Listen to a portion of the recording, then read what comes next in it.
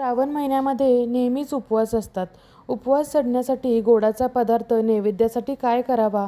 हा प्रत्येक स्त्रीला पडलेला प्रश्न आहे. त्यासाठी आज आपण अगदी 4 वस्तूंमध्ये अजिबात दूध व तूप जास्त न वापरता बेसनचा हलवा बनवणार आहोत. हलवा एकदम सॉफ्ट, मऊसूत, अगदी तोंडामध्ये पटकन विरघळणारा असा बनतो. तर तुम्ही नक्की बनवून बघा. तुम्ही त्याचे फॅनच व्हाल. नेहमीच तुम्ही असा हलवा बनवाल. चला तर पटकन आपण हलवा बनवायला घेऊया. कोणताही हलवा किंवा शिरा करताना आपण जी कढई घेणार ती जाड तळाची घेणार आहोत. इथं 3-4 चमचे आपण ते तूप घातलेलं आहे आणि 1 कप आपण बेसन पीठ घेतलेलं आहे. आणि सुरुवातीला आपण कमी तुपामध्येच हे बेसन छान कोरडंच भाजून घेणार आहोत. बेसन छान थोडंसं भाजल्यानंतर, थोडा रंग चेंज झाल्यानंतर आपण यामध्ये रवा घालणार आहोत. इथं रव्याचं प्रमाण आपण अर्धा कप एवढं घेतलेलं आहे. 1 कप बेसन पिठासाठी अर्धा कप एवढा आपण रवा घेतलेला आहे. ते पाहू शकताय, एक 10 ते 12 मिनटं झाल्यानंतर आपल्या रवा आणि बेसनाचा रंग छान चेंज झालेला आहे. यामध्ये मध्ये-मध्ये मी थोडंसं 1-2 चमचे एवढं तूप घालत आहे. खूप जास्त पण तूप आपण यामध्ये घालणार नाही आहे. जेवढं काही लोकं 1 वाटी बेसनसाठी 1 वाटी तूप घालतात, पण आपण एवढं घालणार नाही आहे. 4-5 चमचेच तूप घालणार आहे यामध्ये आपण. आणि हे रवा आणि बेसन अगदी कमी गॅसवर आपण भाजायचं आहे. तर रवा आणि बेसन गॅसवर भाजतंय तोपर्यंत इथं मी फ्रेश अशी वेलची पावडर करून घेतली आहे. आता इथं पाहू शकताय, आपलं रवा आणि बेसन असं दाणेदार दिसायला सुरुवात झालेली आहे. एकदम छान असा रंग चेंज झालेला आहे आणि वास पण घरात एकदम सुंदर सुटलेला आहे. बेसन आणि रवा एकत्र भाजल्यामुळं त्याचा वास खूप सुंदर येतो. आता या हलव्यामध्ये आपण अजिबात दुधाचा वापर करणार नाही आहे. कारण की मग आपलं तूप कमी आहे आणि जर दूध घातलं तर हा हलवा चिकट होऊ शकतो. यासाठी आता आपण इथं गरम पाण्याचा वापर करणार आहे. मी दुसऱ्या साईडला पाणी गरम करत ठेवलेलं आहे. आणि बेसनमध्ये मध्ये-मध्ये आपण पाव-पाव चमचा तूप घालत आहोत. बेसन छान भाजल्यानंतर, वास छान सुटल्यानंतर आपण यामध्ये अगदी उकळतं गरम पाणी घातलेलं आहे.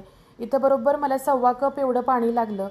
ज्याच्या त्याच्या पीठ आणि रवा कसा असेल त्या पद्धतीनं पाणी लागेल. पण मला बरोबर इथं 1.25 कप एवढं पाणी रवा आणि बेसन शिजण्यासाठी लागलं.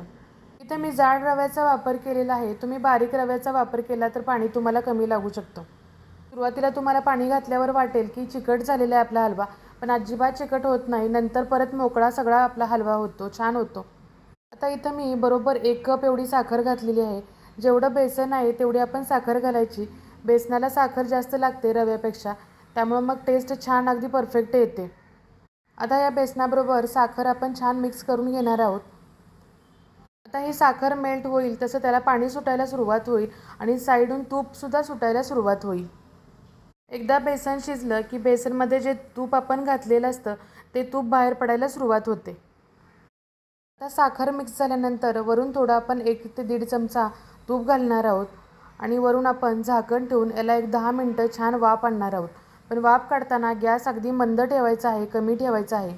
आता आपण ड्रायफ्रूट्स टाकणार आहोत. त्यासाठी मी सुरुवातीला पॅनमध्ये थोडंसं तूप घेतलेलं आहे आणि तुपामध्ये आपण हे ड्रायफ्रूट्स छान भाजून घेणार आहोत. त्यासाठी मी इथं काजू घेतलेत, बदाम घेतलेत, मनुके घेतलेले आहेत आणि थोडे मोठे-मोठेच तुकडे ठेवलेत, म्हणजे दिसायलाही छान दिसतं आणि ज्यांना आवडत नाही ते काढूनही खाऊ शकतात. तुपामध्ये हे ड्रायफ्रूट्स अगदी छान खरपूस होईपर्यंत आपण भाजणार आहोत.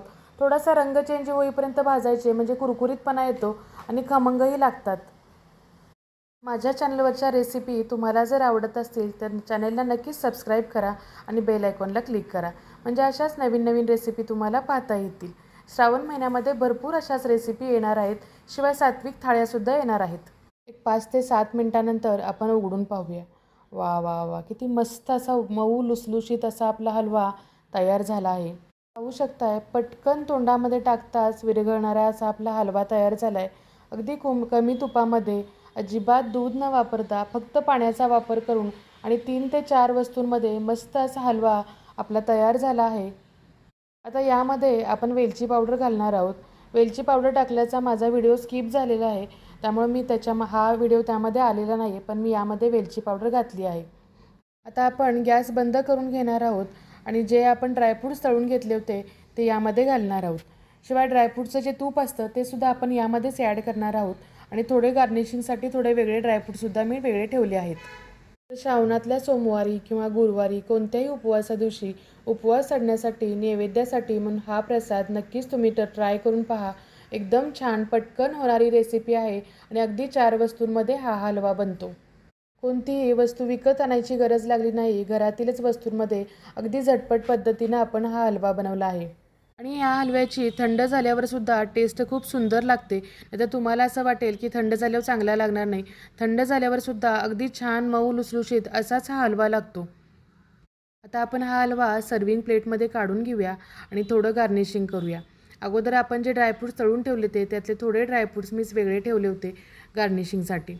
वरून थोडे ड्रायफ्रूट्स टाकून घेऊया. बेसन हलव्याची ही सोपी रेसिपी तुम्हाला आवडली असेल तर नक्कीच सेव्ह करा आणि लाईक करा. रेसिपी आवडल्यास नक्कीच सबस्क्राईब करायला विसरू नका आणि हा व्हिडिओ तुमच्या फ्रेंड सर्कलमध्ये नक्की शेअर करा. आता हा गोडाचा प्रसाद म्हटल्यावर देवाला दाखवलाच पाहिजे ना, तर आज मी माझ्या देवालासुद्धा हा प्रसाद दाखवला. खूप छान रेसिपी आहे, नक्की ट्राय करून पहा. परत भेटू नवीन रेसिपीसह. तोपर्यंत बाय.